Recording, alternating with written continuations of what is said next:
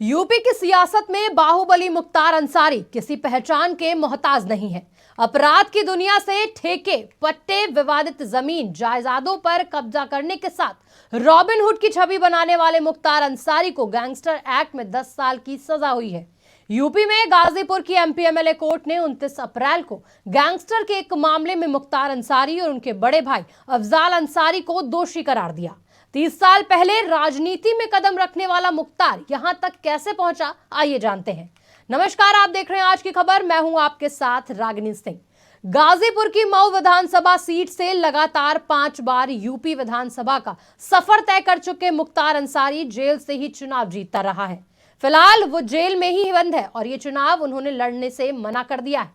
इसी बहाने उनके सियासी सफर की बात करें तो उनके सियासी सफर की डगर कठिन और विवादित रही है।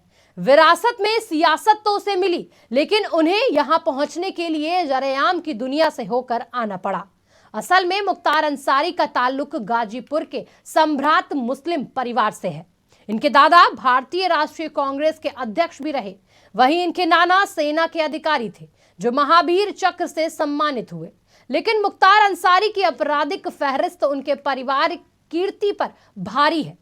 मुख्तार अंसारी ने अपने आपराधिक छवि के बल पर सियासत में एक ताकतवर मुकाम हासिल किया।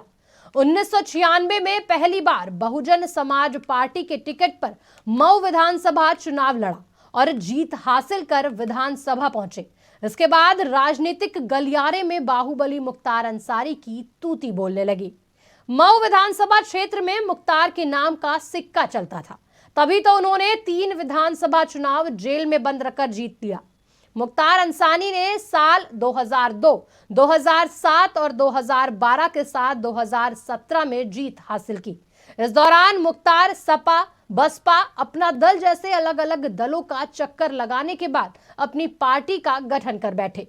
मुख्तार अंसारी का नाम 2005 में उस वक्त पूरे देश में चर्चित हो उठा जब बीजेपी विधायक कृष्णानंद राय की हत्या में उसका नाम आया। लाइट मशीन नगन केस में नाम आने के बाद से वे चर्चा में थे। 2005 में एक विधायक की हत्या के मामले में उसका नाम आने के बाद उसने राजनीतिक गलियारे में भी हलचल मचा दी। हालांकि जब कृष्णानंद राय की हत्या हुई तो उस समय मुख्तार जेल में बंद थे, लेकिन इस बात की चर्चा थी कि मुख्तार अंसारी ने जेल से ही विधायक कृष्णानंद राय की हत्या कराई है। कृष्णानंद राय ने मुख्तार के भाई को हराया था। विधायक कृष्णानंद राय की हत्या के पीछे मुख्तार को हाथ होने की वजह से लेकर कई अटकलें लगती रहीं। कहा जाता है कि यूपी की मोहम्मदाबाद विधानसभा सीट पर मुख्तार अंसारी और उनके भाई अफजाल अंसारी का प्रभाव था। 1985 से लगातार ये सीट अंसारी परिवार के कब्जे में रही, लेकिन 2002 में बीजेपी उम्मीदवार कृष्णानंद राय ने अफजाल अंसारी को हराकर ये सीट हथिया ली, जो मुख्तार के सियासी कद पर दाग साबित हुई। इस वजह से विधायक कृष्णानंद की हत्या कराई गई।